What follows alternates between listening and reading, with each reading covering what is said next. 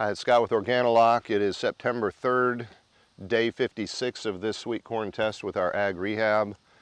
A couple things we'll point out this time around is we're still seeing the obvious soil life on top of the soil, which is something you won't see in a commercial field or most gardens.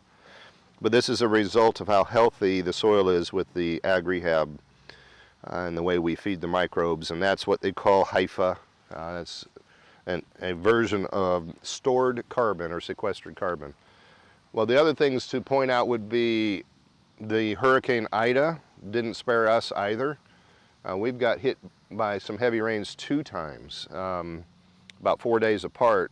The second one was Ida, and it took down probably 1/4 of the field. A lot of it has tried to stand back up, but we've just kind of mowed through it, and we're going to live with what we get.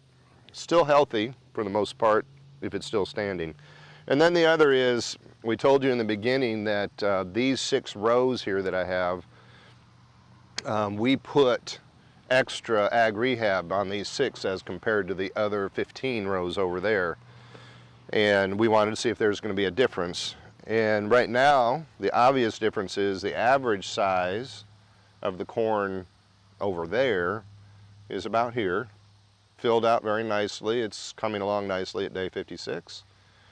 But if you compare a good percentage of the ones over here on these rows, they're obviously bigger and filling out more quickly.